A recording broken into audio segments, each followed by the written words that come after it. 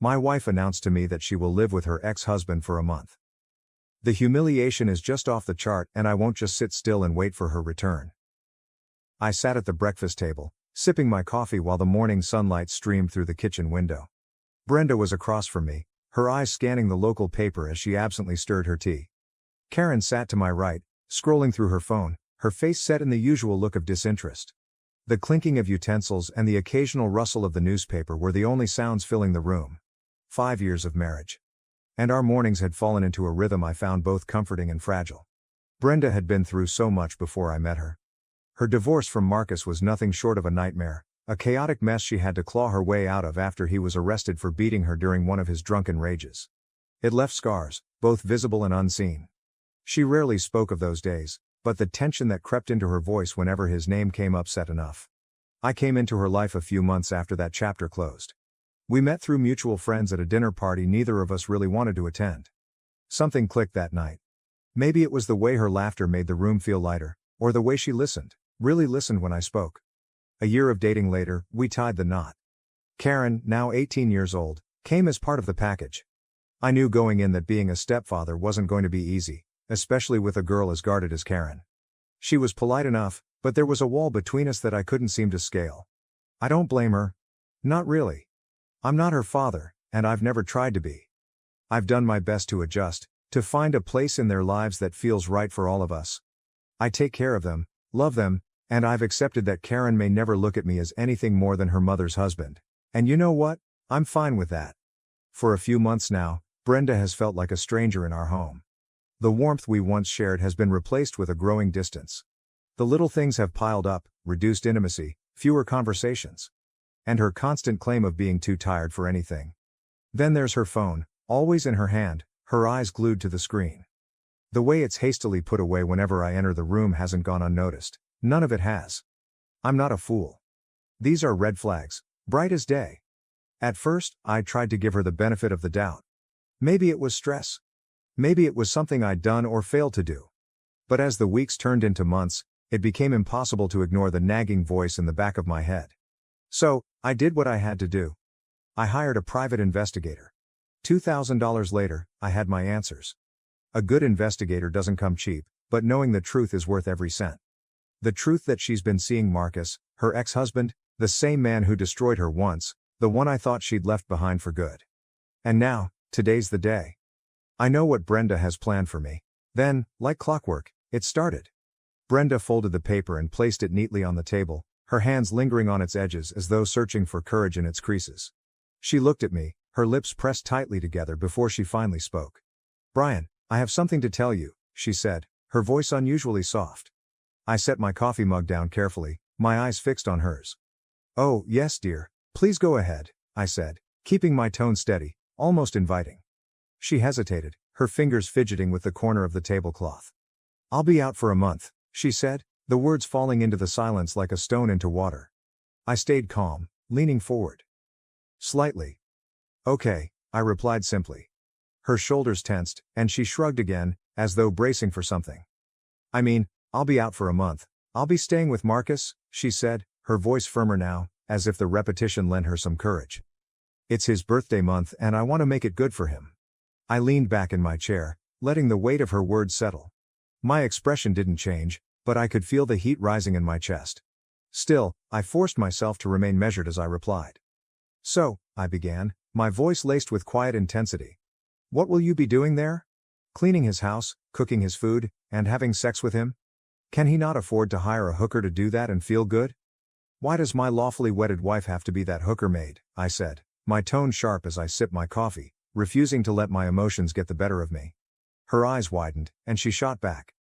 "What the hell are you talking about? I am no hooker or a maid. I'll be there like his wife." I set my coffee cup down, my movements deliberate and slow, trying to keep my voice steady. "But you are married to me. Would doing whatever it is you plan to do with him not be cheating on me? Cheating on our marriage?" She didn't flinch, didn't hesitate. Instead, she looked me straight in the eye and said, "No, because I told you. So, it's not cheating." I nodded, the absurdity of her logic sinking in like a weight. "Okay, so what do you expect from me then? Wait here for 30 days while my wife is off playing house with another man?" Her frustration boiled over, her voice tinged with exasperation. "Oh, come on, Brian. I have some desires that I need to fulfill, and only Marcus can do that for me." I shot back without missing a beat. "Like tying you to a bed and flogging you with a whip? Are you talking about those desires?" I knew all about her desires because I had seen the texts and the videos. The images were seared into my mind, things I could never unsee.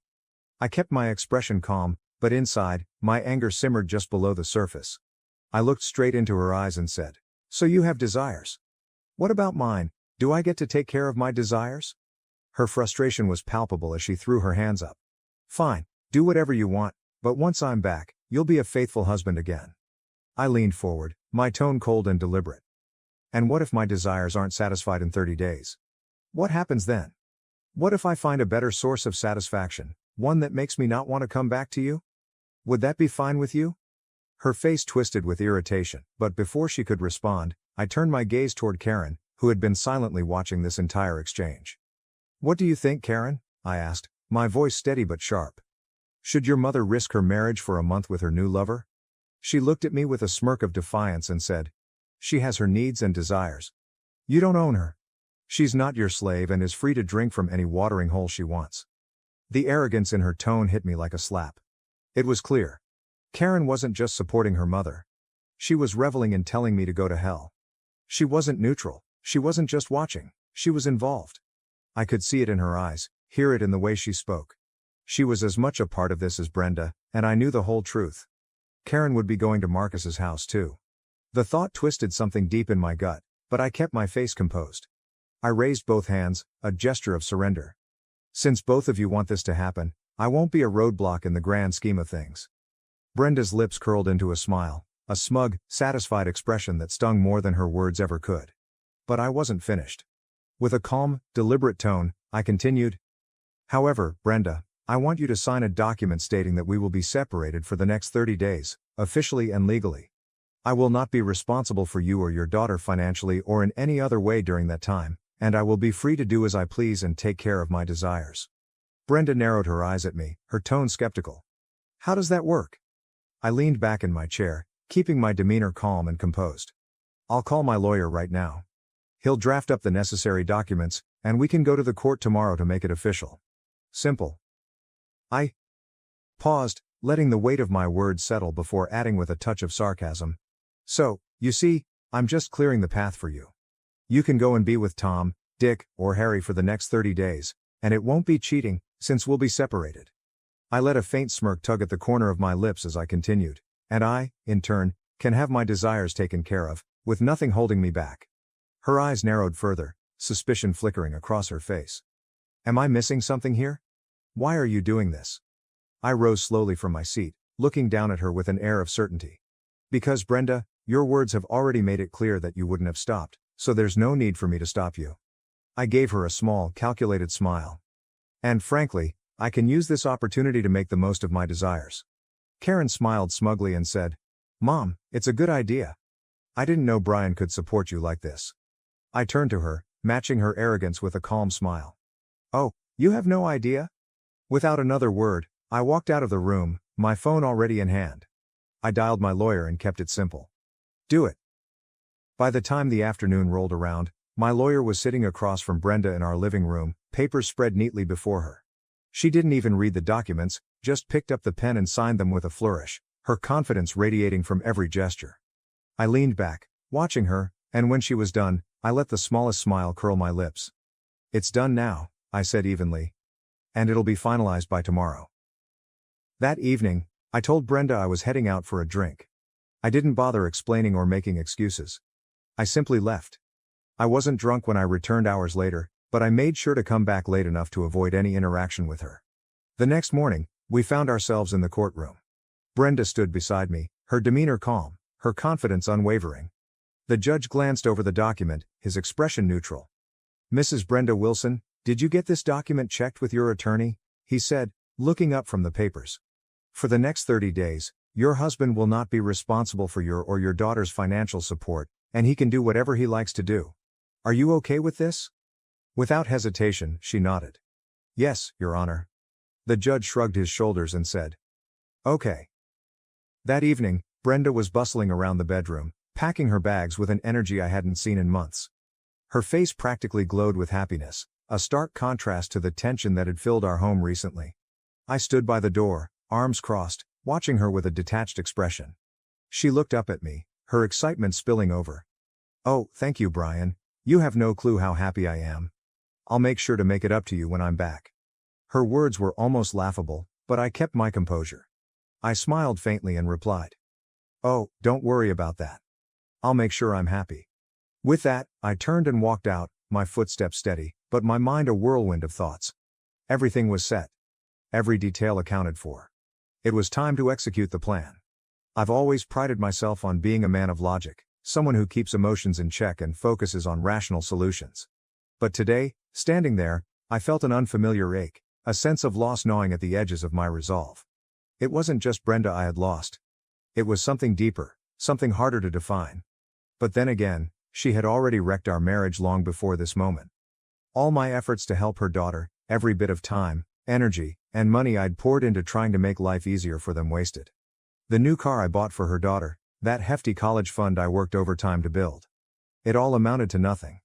And for what? For her daughter to smugly tell me that I don't own her mother? Well, it sucks. But when has life ever promised to be a cakewalk? Newton's third law of motion? For every action, there is an equal and opposite reaction. That fundamental truth of the universe still holds. And now, I intend to prove it with my reaction. That evening, Brenda left with her daughter to be with her ex-husband Marcus, and I made sure to wave them goodbye one last time.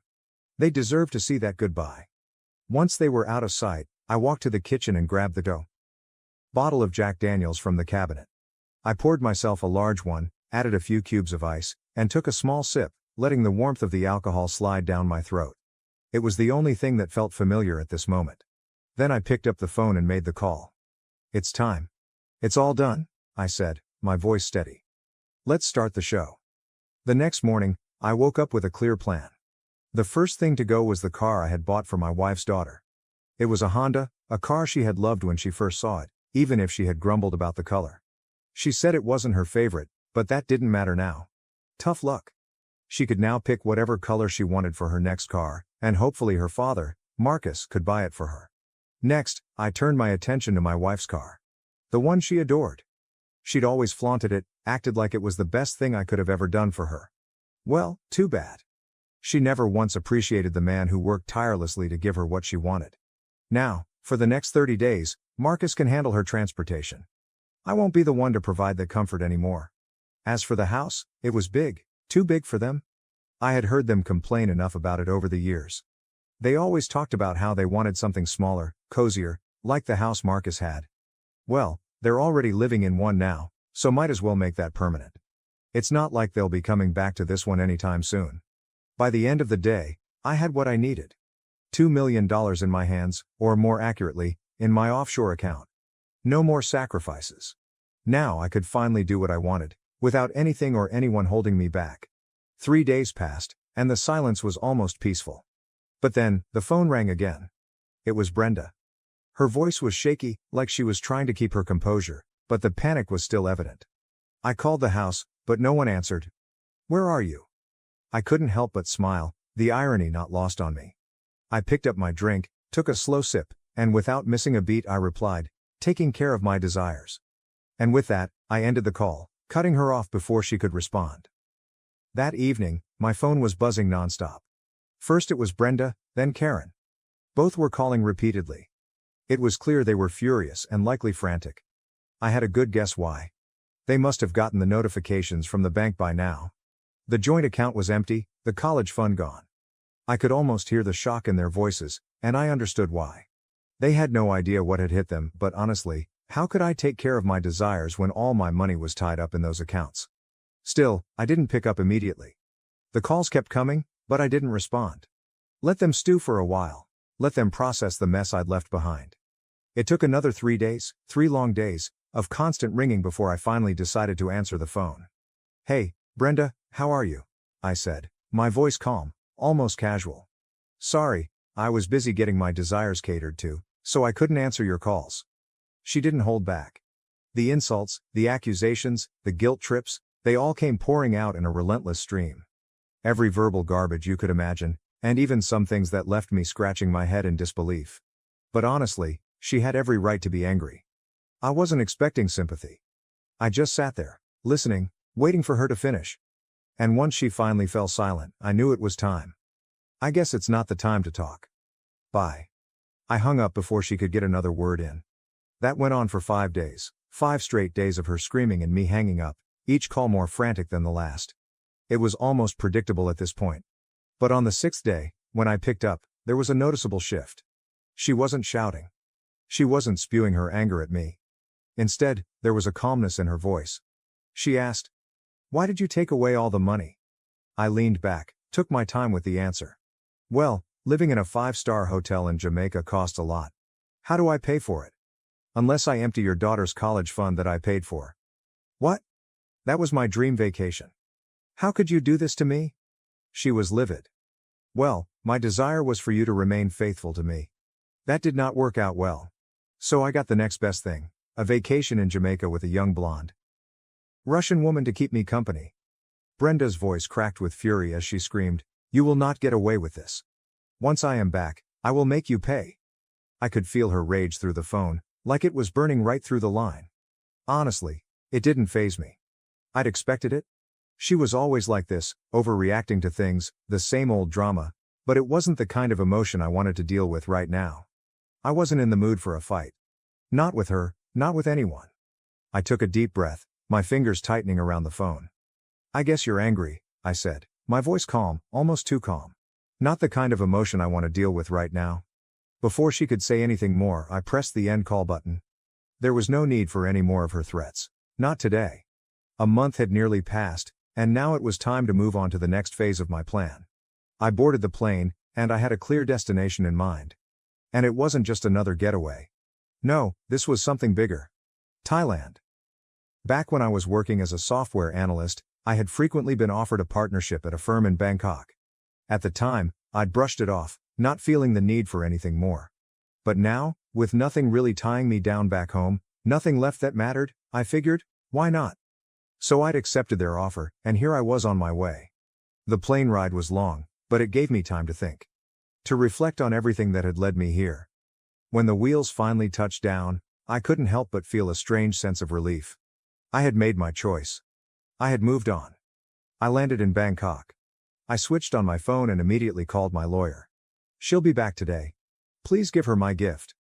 It was time for everything to unfold. Later that evening, Brenda and Karen returned home, or what they used to call home. I couldn't help but imagine the look on their faces when they saw what awaited them. At the door, a man was already standing, waiting. He approached them with calm professionalism. "Hello, are you Mrs. Brenda Wilson?" he asked. She nodded, her face a mixture of confusion and dread. "You've been served?" The man handed her a manila envelope, stood back a few feet, and snapped a picture before walking away without another word. The image, the moment captured in that brief flash, was still the best thing I'd seen in a while. There she was, Brenda, holding that envelope, her face crumpling as tears started to fall. And Karen, she stood beside her, looking utterly shocked, her eyes scanning the driveway. "Dude, where's my car?" she asked, her voice quivering. As I predicted, the phone call started. I let them ring through, waiting until I was in the comfort of my hotel room before I dialed her number. I didn't even need to say anything. She picked up almost immediately, and before I could say a word, she exploded. "You are not an honorable man. You're jealous of Marcus, you couldn't handle your ego." Her voice was shrill, a steady stream of insults, the same ones every cheating wife throws when caught. I didn't interrupt her, I didn't even flinch. I just listened. This time I wasn't hanging up. I wasn't running from it. I waited for my turn. "Did you open the envelope?" I asked, my voice steady. There was a brief silence on the other end, followed by the sound of rustling paper. Inside were the images of her and Marcus having sex with timestamps and locations, even the ones where she was tied on the bed. You knew all this time," she said, her voice faltering for the first time. "Oh, yes," I said calmly. "I did." I could almost hear her processing it, the weight of the truth sinking in. "Since you made your bed," I continued, "I made sure you'd sleep in it. You did not try to stop me." She said, "Oh no, why should I stop you? Once you decided to cheat, you ended our marriage. Besides, why would I choose between a cheating bitch and a vacation in Jamaica?" The next part was almost too easy. The divorce has been filed under adultery, and I've left some money in the joint account. Hopefully that will be enough for you to reach Marcus's house. I could feel the tension on the other end, the raw anger, but I didn't care. The ball was no longer in her court. Her voice screeched through the phone, raw and desperate. You didn't leave any money for your daughter? How will she go to college? I didn't hesitate. She will not, I shot back. Not on my money. She's not my daughter. Her actions have proved that time and again. She can go to college on her father's money. There was a long pause before I heard the phone being snatched away. Karen's voice came through next. And once again, I was bombarded with the same barrage of screams and insults. I knew what this was. I knew it would be the last conversation, the last time I'd hear from either of them. So, I endured it. Then, in a voice that wavered between rage and disbelief, Karen said, "You sold my car." "No, I sold my car," I shot back, not even flinching. "You took away my college fund," she cried, the desperation clear in her voice. I couldn't hold back the bitterness anymore. "No," I replied coldly. "I made sure I had money to fund my desire for a Jamaican vacation. Besides, it was money, and I took it back." And then, without missing a beat, I added, "As you said, your mother can drink from any watering hole. So can I." She screamed again, her voice shaking with anger and frustration. "What will I tell my friends? My car is gone." I didn't even flinch. "Tell them your loser's stepfather sold it to fund his Jamaican vacation. And now I'm going back to live with my winner biological father." There was a sharp intake of breath on the other end before Brenda snatched the phone back. Her voice was dripping with accusation. "You stole our money. I'll call the cops." "Please, go ahead," I said, my tone completely calm. "You signed that legal document that waived my financial responsibility towards you. I spent the money within the 30 days, and now I'm broke." She shot back immediately, her disbelief heavy in her words. "You want me to believe that?" I smiled. "I never asked you to believe me, but in court, I will prove that." I ended the call with a calm, final note. "For any further communication, please call my lawyer. His number is in the envelope. Have a good day, Brenda." A few days later, I knew that Brenda would try to fight the divorce, but I was confident in my lawyer's ability to handle it. Brenda claimed that I knew about her staying with her ex-husband and approved it. My lawyer then presented the images with timestamps and location, which was before the agreed 30 days. My lawyer said, "Your Honor, the fact that Mrs. Wilson was already sleeping with Mr. Parker before this 30 days period constitutes cheating, as Mr. Wilson was not aware of her infidelity. So the claim that my client knew beforehand and approved her cheating with her ex-husband is false. She lied to her husband and broke the trust of her husband." Also, my lawyer quickly proved that I had spent every last cent of my money on vacations in Jamaica and the Cayman Islands. Receipts, invoices, everything, it was all legit. Besides, Mrs. Wilson signed off her financial responsibilities during the 30-day period that she was with her ex-husband. The judge, though, wasn't naive. He knew the situation reeked of manipulation and deceit, but there was little he could do. The paperwork had been meticulously filed, and the legal process had been followed. His hands were tied, bound by the formalities of the law, even if he could see through the thinly veiled charade. He ordered that whatever asset remained be properly settled. That's when Brenda's lawyer, clearly desperate, tried to bring up child support. But my lawyer wasn't about to let that slide. With a firm tone, he immediately objected. He pointed out the obvious truth. Karen wasn't my daughter, not biologically, not legally. I had never adopted her, and the judge knew this was a crucial detail that rendered child support irrelevant. My lawyer didn't stop there, though. He went on to make a bold move, one that would only add to the absurdity of the entire situation. He argued that I had given up all my worldly responsibilities, having chosen the path of a Buddhist monk. No income, no possessions, no obligations. It was an audacious defense, but it worked. The judge, who'd been sitting stone-faced through most of the proceedings, couldn't help but almost laugh at the miraculousness of it all. He glanced at Brenda, his smirk betraying his amusement. "Tough luck, lady," he said, barely holding back his laughter. His words rang through the courtroom, echoing the finality of it all. "Can't help you further. The divorce is granted, and the joint account money is to be given to Brenda." A month after the divorce, I learned that Brenda and Karen had moved in with Marcus. The reality, however, was far from the picture they probably envisioned. It wasn't the happy family they'd hoped for. In fact, it was a repeat of the toxic, abusive cycle Brenda had long tried to escape. Marcus, in his drunken state, continued to beat Brenda like he had before during their marriage. But I guess Brenda liked it rough. And Karen? She was nothing more than a silent witness, powerless in the face of it all. Brenda couldn't leave him.